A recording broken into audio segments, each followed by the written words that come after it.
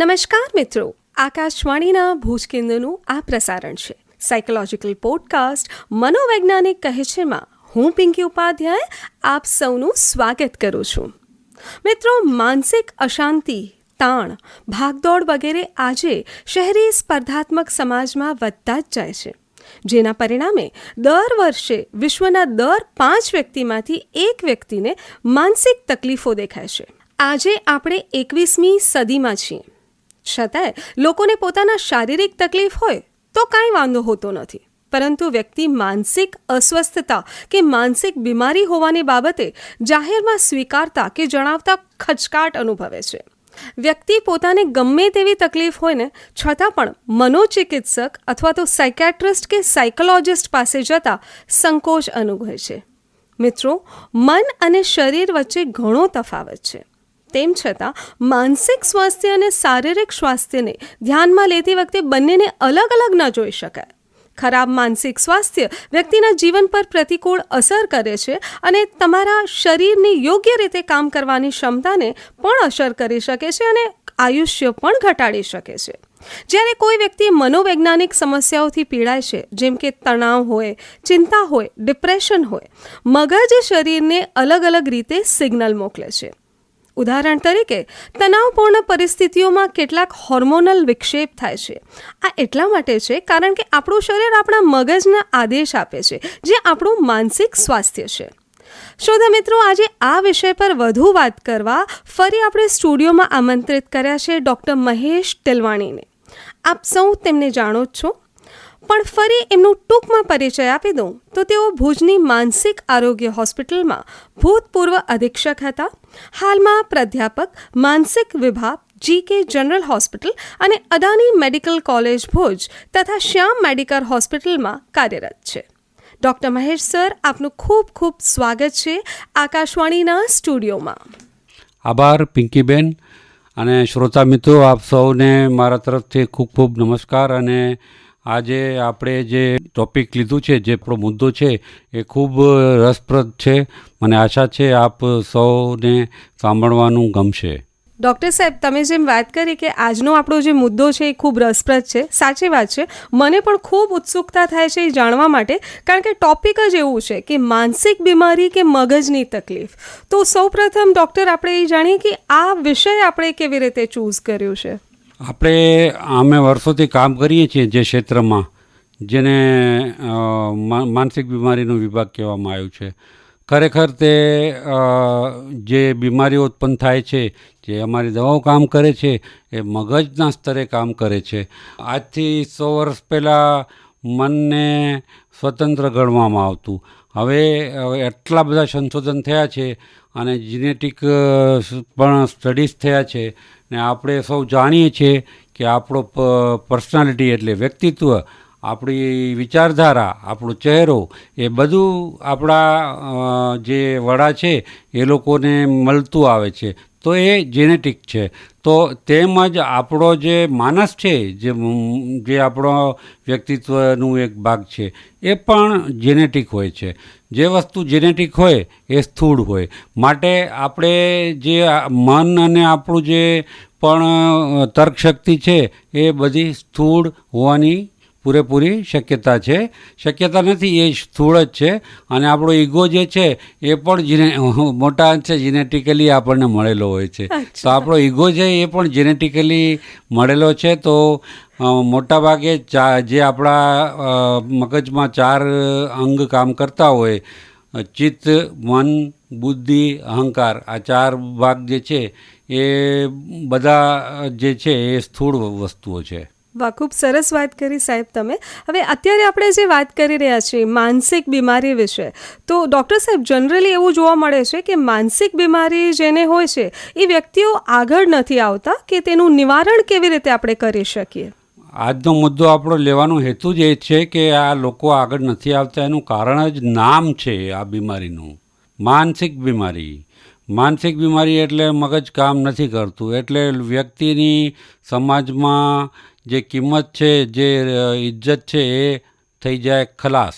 કોઈ પણ વ્યક્તિને આપણે સામે ચિંતીને કહીએ આ માણસને મગજની બીમારી છે, તો બીજો વ્યક્તિ જે હશે આપણી સાથેવાળો, તો એ ચોક્કસપણે દર્દીને કોઈ સહાનુભૂતિ કરતાં નીચો નજરથી જોશે એની રિસ્પેક્ટ એટલે એનો જે દર્દી છે એના માટેનું જે ઇજ્જત હશે એ ઓછી થઈ જશે. એટલે આ જમાનામાં માટે જ કોઈ આગળ નથી આવતું પોતાની બીમારી જાહેર કરવા માટે. અને આ જ કારણ છે કે હું એમ કહેવા માગું છું કે જે વસ્તુ સાબિત થયેલી છે એ ટૂંક સમયમાં ભવિષ્યમાં મગજની બીમારી તરીકે નામ પામવાની છે. અને ત્યારે લોકો આગળ આવશે સારવાર લેવા, કારણ કે મગજ બધા લોકોને વાલું છે, મગજ બધા સારું રાખવા માગે છે, પણ મનને પોતાને કંટ્રોલ કરવાનો ઈરાદો છે, એવું બધા આપણે માનીને ચાલીએ છીએ. ડૉક્ટર સાહેબ, એક મને કન્ફ્યુઝન થાય છે અહીંયા. આપણે અત્યારે વાત કરીએ છીએ કે માનસિક બીમારી છે કે મગજની બીમારી છે, તો પેલા એ તો આપણે નક્કી કરી કે માનસિક બીમારી છે કે મગજની બીમારી છે એમ. આ જે માનસિક બીમારી છે એનો જે બીજ છે એ આપણે જ્યારે બાળકનું પહેલી વખત જ્યારે ગર્ભમાં એનો જન્મ થાય છે ત્યારથી શરૂ થઈ જાય છે. આપણને જે જીન્સ મળેલા છે એ માતા પિતામાંથી સરખા મળેલા હોય છે. એમાંથી અમુક જીન્સ વ્યક્ત થાય છે, અમુક દબાઈ જાય છે. જે વ્યક્ત થાય છે અને એમાં કોઈ ખરાબી હોય તો એ બ્રેનમાં જે કનેક્શન બનશે એના જે આ બ્રેન એનામાંથી જે વિકાસ થશે એ વિકાસમાં જરાક ઉણપ રહી જઈ શકે છે. તો માટે જ્યારે બાળકનો વિકાસ થતો જશે ત્યારે એ બીજાના નોર્મલ વિકાસ કરતાં એમનો વિકાસમાં થોડુંક ફંટાઈ જશે એવી શક્યતા હોય છે. અને આ ફંટાઈ જશે એટલે શું? એટલે કે એમની તર્કશક્તિમાં થોડુંક ખામી હોય, એમની વિચારધારામાં ક્લિયરલી સ્પષ્ટપણે બધું વસ્તુ રજૂઆત કરવાની જે ખૂબી છે એમાં જરાક ખામી હોઈ શકે છે. પછી શંકાથી જોવું અથવા તો વિશ્વાસ ના આવે એવા પ્રકારની પ્રકૃતિ પણ જન્મી શકે છે. એટલે આવા બધા ઘણા બધા જે પ્રકૃતિની ખામીઓ છે એ જીન્સના જે સમય અંતરે મગજને જે ઘડે છે જીન્સ આપણા, એ જીન્સના ઘડતરથી મગજ જેવું બને છે તેવું બીમારી ઉત્પન્ન થાય છે. માટે આ બીમારી માટે આપણો બોડીનો જીન્સ જવાબદાર છે. અને સ્થૂળ જે બ્રેન છે આપણું મગજ, એનામાં જે કનેક્શન છે એનામાં ખામીઓ હોવાથી આ બીમારીઓ ઉત્પન્ન થાય છે. ને માટે હું એને મગજની બીમારી કહું છું ને માટે હું મનની બીમારી નથી કહેતો. કારણ કે જ્યારે મનની વાત આવે ત્યારે આખો ટોળો ફરી વળે આપણને કહે કે તું મનને પાકું કર, મન તારો નબળું ના કર, મનને જીતી શકાય છે, મન તો આપણા હાથમાં છે, તો મનોબળ વધાર. આપણે આ બધી વાતો કરીએ દર્દીને તો એમને કામ ના આવે ને જે એમને ડિપ્રેશન થયો હોય એમને જેનેટિક તકલીફના કારણે તો એ ડિપ્રેશન કદાચ વધી જાય એવું પણ બની શકે. ડૉક્ટર સાહેબ, મારો બીજો પ્રશ્ન આ મનને લઈને જ છે, પણ એના પહેલાં હું કહીશ કે તમારું મનગમતું એક ગીત આપણે સંભળાવી દઈએ શ્રોતા મિત્રોને. ગીતો તો ઘણા છે મનગમતા, પણ આપણે આજનો જે વિષય છે મનની બીમારી, જે મગજની બીમારી, એમાં જે વ્યથા જે દર્દી અનુભવે છે એ મોહમ્મદ રફીએ એક ગીતમાં, બિંદિયા ફિલ્મના ગીતમાં બહુ ખૂબ સારી રીતે વર્ણન કર્યું છે. મેં અપને આપ સે ઘબરા ગયા હું. વાહ, ખૂબ સરસ ગીત છે. ડૉક્ટર સાહેબ, મન જે છે ને એ આપણા કેટલા વશમાં હોય છે? આમ મનને આપણે વાળી શકીએ છીએ એવું સાયકોલોજીના નિયમ પ્રમાણે કે આપણે પોઝિટિવ વિચારો કરીએ તો આપણે મનને વશમાં કરી શકીએ છીએ, તો પછી આ બીમારીઓ કેમ થાય છે? જ્યાં સુધી આ મનને વશ કરવાની વાત છે કે મોટિવેશન વધારવાની વાત છે કે એટીટ્યૂડ બદલવાની વાત છે કે આ યુટ્યુબ ઉપર કેટલી જાહેરાતો આવે છે, લોકો કહે છે કે તમારું મગજનું પ્રોગ્રામિંગ બદલી નાખશું, આપને સક્સેસફુલ થવા માટે આપને અમે રીપ્રોગ્રામિંગ કરી આપશું. એટલે આ બધા જે લોકો મોટિવેશનલ સ્પીકર્સ છે, જે લોકો લાઈફ કોચ છે, એ લોકો લખે તો સારું છે પણ સક્સેસફુલ કેમ નથી જતા? કારણ કે બધાના મનમાં જેટલી ક્ષમતા હોય એટલું એ ગ્રહણ કરી શકે. એટલે ક્ષમતાની પણ એક લિમિટ હોય છે. દાખલા તરીકે અમુક લોકોને સરળ સ્વભાવવાળા હોય અને બહુ લાંબી ગણતરી ના કરતા હોય, એ લોકોને આપ મેનેજમેન્ટનું કામ આપો, એડમિનિસ્ટ્રેશનનું કામ આપો તો એમાં તકલીફ પડી શકે છે. એટલે મનનું કાર્ય જે છે એને આપણે આપણા કલ્પનાથી કે નક્કી કરીએ કે વિસ્તારવું છે તો વિસ્તારી શકાય છે, પણ આપણે જે કહીએ છીએ ને કે મારે આ કામ કરવું છે ને હું કરીને જ રહીશ, તો મારું એ વ્યક્તિ જે કહેતો હોય કે મારે આ કામ કરવું છે ને હું કરીને જ રહીશ, તો હું એને એ પૂછીશ કે તો આપને આવું જ કેમ મનમાં કામ સૂઝ્યું, બીજું કામ કેમ ના સૂઝ્યું? જે કરવું જોઈતું તું ને જે સૂઝ્યું નથી તો તે બાબતનું શું? એનું મતલબ કે મન છે એ દિશા આપી રહ્યો છે. આપ દિશા આપો છો એ આપ માનો છો, પણ મન પણ દિશા આપી શકે એવું બની શકે છે. આજથી 5,500 વર્ષ પહેલા દુર્યોધનને કહ્યું હતું, ધર્મ જાણું છું પણ આચરી શકતો નથી, અધર્મ પણ જાણું છું પણ છોડી શકતો નથી. આટલા વર્ષો પહેલા, 5,500 વર્ષો પહેલા જ્યારે કળિયુગ નહોતું ત્યારે વ્યક્તિ પોતાના મન ઉપર કંટ્રોલ નહોતો કરી શકતો, તો આ જમાનામાં કંટ્રોલ કરવું તે બહુ ઊંચી વાત છે, તે વિચારવા યોગ્ય છે. જી બિલકુલ સાહેબ. સાહેબ, આપણો બીજો પ્રશ્ન એવો છે કે માનસિક બીમારીમાં દવા ક્યારે લેવી જોઈએ, અને માનસિક બીમારીની દવાઓ જે છે એ જનરલી એવું લોકોમાં માન્યતા છે કે ખૂબ ગેનવાળી હોય છે, એનાથી વ્યસન થઈ જાય છે, અથવા તો આ દવાઓથી માણસ આખો દિવસ સૂતો રહે છે, એનું વ્યક્તિત્વ નબળું થઈ જાય છે, અને લોકો બીજાને કહેતા હોય છે કે આ દવાઓ તમે ન લ્યો. અને ઘણીવાર એવું જોવા મળ્યું છે કે જે સોશિયલ પ્લેટફોર્મ્સ છે અથવા તો લાખો એવા યુટ્યુબ વિડીયોઝ છે કે જે એવી માન્યતા હોય છે કે માનસિક બીમારીની દવાઓ તમે જો લો તો એના વિરોધમાં છે કે આ તમને ન કરવું જોઈએ. તો તમારું શું કહેવું છે આ બાબતે સર? પિંકીબેન, અત્યાર સુધી જે આપણે વાતો ચાલી રહી છે તે સાયન્સ વિશે છે એટલે સાયકોલોજીની વાતો છે? મને એવું લાગે છે કે કદાચ સમન્વય છે કે જેની અંદર સાયન્સ પણ છે અને થોડું હ્યુમેનિટીઝ કે સાયકોલોજી પણ છે એની અંદર. મારો જે હેતુ છે, અમારી જે ફિલ્ડ છે બીમારી જે, એને સાયન્ટિફિક રૂપે પ્રસ્તુત કરવાનું છે મારું જે હેતુ છે અને મારો પ્રયાસ છે. અને આપ જે કહેતા હતા એમાં 2 પ્રશ્નો હતા. પહેલો પ્રશ્ન હતો કે દવા ક્યારે લેવી, અને બીજો હતો કે દવા એટલી બદનામ છે તો શું કરવું. તો આપણે પહેલા પ્રશ્નની વાત લઈએ તો દવા ક્યારે લેવી જોઈએ? માણસ બધા ચિંતિત થઈ શકે છે, માણસ બધા હતાશ થઈ શકે છે, પણ હતાશામાંથી બહાર ના આવી શકે. દાખલા તરીકે ખાડામાં કોઈ પડી ગયું હોય તો પોતાની મેળે ના નીકળી શકે તો મદદ લેવી જોઈએ. અને ચિંતા જે છે એ રોજ આવતી હોય ને કોકના સલાહ આપવાથી 5 મિનિટ જતી રહે ને પાછી આવી જતી હોય તો પછી દવા લેવી જોઈએ. એનો માપદંડ શું કે આ દવા લાયક છે? આપણી પાસે ઘણા બધા ટેસ્ટ છે, ક્વેશ્ચન્સ છે.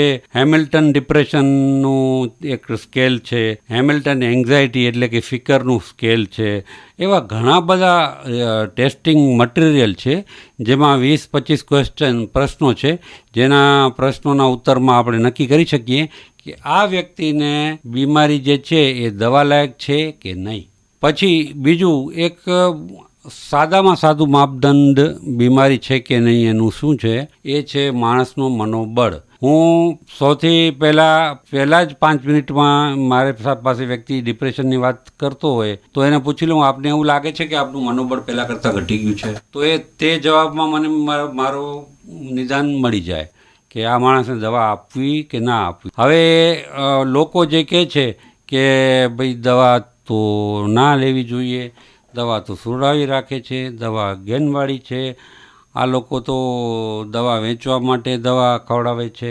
આમાં કેવું છે કે આપને જ હું પૂછું છું કે હું કચ્છી ભાષા ઉપર કચ્છ મિત્રમાં લેખ લખવા જાઉં ને કચ્છી મને બહુ ઓછી આવડે છે, તો કચ્છ મિત્ર અથવા તો ગુજરાત સમાચાર અથવા સંદેશ મને આપશે લેખ લખવા માટે? ના, નહીં આપે, બિલકુલ ના આપે ને. એ ભાષા ઉપર પ્રભુત્વ તો હોવું જ જોઈએ તમારું, કારણ તમને થોડુંક આવડવી તો જોઈએ જ ભાષા. તો એનો મતલબ એમ કે જે ભારતમાં જે લોકો પ્રદર્શનને જોઈ, જે લોકો ઊંચા અવાજે કહી રહ્યા છે કે દવાઓ ખરાબ છે, તે લોકો બધા એમડી તો નથી ને? જી બિલકુલ સાચી વાત કહી તમે. સાયકિયાટ્રિસ્ટ નથી પણ MBBS પણ નહીં હોય કદાચ. ના. તો મારું કહેવાનું તાત્પર્ય એ છે કે કોઈને અભિપ્રાય વ્યક્ત કરવાનું હક ત્યારે છે જ્યારે એ પોતે એ વિષયમાં એક્સપર્ટ હોય. આપણા ભારતમાં તો બધા 140 કરોડ લોકો જ એક્સપર્ટ જ છે. જી બિલકુલ. એવું છે. જી. યુટ્યુબના વિડીયો બનાવવામાં કોકને કાંઈ રોકટોક છે નહીં. જેને બનાવવું એ બનાવી શકે છે. કોઈ પણ હાલતો ચાલતો માણસ પણ માનસિક બીમારી પર વિડીયો બનાવી રાખે છે આજકાલ તો. અને ટીઆરપીને વ્યૂઝ મેળવવા માટે તો સનસની કરવી જરૂરી છે. અને સનસની કેવી રીતે ઊભી થાય? દવાઓને બદનામ કરવી, રોગને રોગ તરીકે ના ગણવો. એટલે આવા બધા સનસનીવાળા મુદ્દા લઈએ તો લોકોને સાંભળવાનું જોવાનું મન થાય ને બદનામ થઈ જાય બ્રાન્ચ. એ કોણ જુએ છે? એ કોકને ક્યાં પડી છે? હવે પ્રશ્ન બીજું એ છે કે અમારી દવાઓ ગેનની છે. હવે ગેન જે છે ને એ સાઈડ ઇફેક્ટ છે. કોઈ પણ વસ્તુ હોય છે એનો મેન ઇફેક્ટ હોય છે અને સાઈડ ઇફેક્ટ હોય છે અને આડઅસર હોય છે, એડવર્સ. 3 ઇફેક્ટ હોય છે. મેન ઇફેક્ટ એટલે કે ડિપ્રેશન દૂર કરવા માટેનું કાર્ય. સાઈડ ઇફેક્ટ એટલે કે તાત્કાલિક લેવાથી જે બીજા શરીરમાં જે ઉત્પન્ન થતા હોય સાઈડ ઇફેક્ટ, પેશાબ અટકીને આવે, મોઢું સુકાય, કબજિયાત થાય, એ એડવર્સ ઇફેક્ટમાં આવે. સાઈડ ઇફેક્ટ એટલે કે જેમ કે ધબકારા વધી જાય પહેલાં કરતાં, અથવા તો ધબકારા ઘટાડી નાખે એવી દવાઓ હોય. ચિંતાની દવાઓ હોય એવી હોય છે જે ચિંતા તો ઘટાડે છે પણ ધબકારા પણ ઘટાડી દે છે. તો ઘણા બધા ઇફેક્ટ હોય છે. હવે દવાઓમાં એટલું બધું સંશોધન આગળ વધી ગયું છે કે વગર ગેનની, વગર કોઈ સાઈડ ઇફેક્ટની દવાઓ પણ આવી ગઈ છે. એટલે એક એવું સત્ય નહીં હોય કે બધી દવાઓ ગેનની છે. જે એવું વાતો કરતા હોય છે ને એ લગભગ નોન મેડિકલ હોય છે. અને મેં ડૉક્ટરોને પણ આવી વાતો કરતા જોયા છે જે સાયકેટ્રિસ્ટ નથી હોતા, તે કે આ બધી દવાઓ ગેનની છે. હવે પૂર્વગ્રહનું કોઈ ઈલાજ નથી મારી પાસે. આપણે આપણી સામે બેઠો હોય એનું આપણે પૂર્વગ્રહ દૂર કરી શકીએ, પણ કેટલા સુધી પહોંચી શકીએ આપણે પૂર્વગ્રહમાં? જી બિલકુલ. અત્યારે આપણે ખાસ વાત પણ એટલે જ કરીએ છીએ કે રેડિયોના માધ્યમથી શ્રોતાઓ મિત્રો સુધી આપણે એ વાત પહોંચાડીએ એટલે આ જે ગેરમાન્યતાઓ છે એ પણ થોડી દૂર થાય. અને માનસિક બીમારીઓ જે છે એને પણ કેવી રીતે લોકો આગળ લઈ આવે કે ભાઈ તમને માનસિક બીમારી છે તો તમે એનો સ્વીકાર કરો, એનો તાત્કાલિક તમે ઇલાજ કરો, ડૉક્ટર પાસે જાઓ અને એની સારવાર કરાવો. એના માટે છે. ડૉક્ટર સાહેબ, અત્યારે એક ગીત થઈ જાય તમારી મનપસંદનું? તો ગીત તો ઘણા છે પણ આપણે મનનું જે આપણે ગીત લઈએ તો બેન, હવે આપણે આ બીમારી જે મનને લાગતી હોય છે એ બીમારી વિશે કોઈ પોઝિટિવ મેસેજ, સંદેશ આપીએ આપણા શ્રોતાઓને તો એમાં મન્ના ડેનું અનુરોધ પિક્ચરનું તુમ બેસહારા હો તો કિસી કા સહારા બનો. તો આ ગીતની તમે પસંદગી કરી છે, સ્પેશિયલ પસંદગી કરી છે, તો આ ગીત દ્વારા તમે કંઈ શ્રોતાઓને કંઈ સંદેશ આપવા ઈચ્છો છો કે તમારા પસંદગીનું આ ગીત છે? ચોક્કસપણે સંદેશ આપવા માગું છું. પસંદનું તો છે જ, પણ આ ગીતમાં એક બહુ મોટી વાત કરેલી છે કે આપને જ્યારે પણ અસહાય મહેસૂસ કરતા હો, હતાશ મહેસૂસ કરતા હો, દુઃખી મહેસૂસ કરતા હો તો આપની આજુબાજુ જુઓ કે આપનાથી પણ કેટલા લોકોને તકલીફ કેટલી વધારે છે. આપણને જે મનમાં ઉણેપ છે તે તો લોકોને છે જ, પણ શરીરની પણ કેટલી પ્રકારની ઉણેપો છે, કેટલા પણ અપંગતા છે, કેટલું લાચારીઓ છે, પૈસાની તકલીફ છે, મિત્ર વર્તુળ નથી અને કોઈ કામ નથી, એટલે કે પૈસાની જે તકલીફ છે એ. એટલે આ બધી તકલીફો જે છે આપણે આવા લોકોને જ્યારે જોઈએ, આવા લોકોને આપણે કોઈ પણ રીતે મદદરૂપ થઈ શકીએ ને તો આપણો પોતાનું દુઃખ આપણાથી ભૂલી જવાશે, વિસરી જવાશે. તો હંમેશા આપણે સક્રિય રહેવું. ડિપ્રેશનમાં હોઈએ તો પણ લોકોના કાર્યો કરવા, લોકોને મદદરૂપ થવું, આપણા પોતાના જે મિત્રો વર્તુળ હોય એમાં રહેવું અને પોતાને નસીબદાર સમજવું. અને એક બધી જગ્યાએ આ કહેલું છે કે ગ્રેટિટ્યૂડ એટલે કે ભગવાનનું શુક્ર ગુજાર, એટલે કે થેન્ક્સ ગિવિંગ, પ્રાર્થના કરવી કે મારી પાસે જે છે ભગવાન એનો હું આભારી છું. ડૉક્ટર સાહેબ, આજે તમારી સાથે વાત કરીને એટલું તો શ્રોતા મિત્રોને ચોક્કસ સમજાઈ ગયું હશે કે માનસિક રોગ એ કંઈ કાલ્પનિક રોગ નથી. જેમ કોઈ માણસને તાવ આવી શકે છે એમ માણસને ડિપ્રેશન પણ આવી શકે છે. અને માનસિક રોગની સમયસર સારવાર ન કરાવવાથી દર્દીને જ નુકસાન થાય છે. બધા માનસિક બીમારીની દવા કરવાથી મગજ નબળું નથી પડતું શ્રોતા મિત્રો. સમયસર દવા કરાવવાથી આપઘાત અટકાવી જીવ બચાવી શકાય છે. ડૉક્ટરની સલાહ મુજબ ટૂંકા તથા લાંબા ગાળાની દવાઓ લેવી જરૂરી છે. ડૉક્ટર સાહેબ, આપનો ખૂબ ખૂબ આભાર કે તમે આકાશવાણી સાથે જોડાઈ આટલી વિશિષ્ટ અને ઉપયોગી માહિતી અમને આપી. મિત્રો, ફરી મળીશું નવા વિષયો અને નવા અભિગમો સાથે. ત્યાં સુધી સ્વસ્થ રહો, મસ્ત રહો અને સાંભળતા રહો આકાશવાણી ભુજ.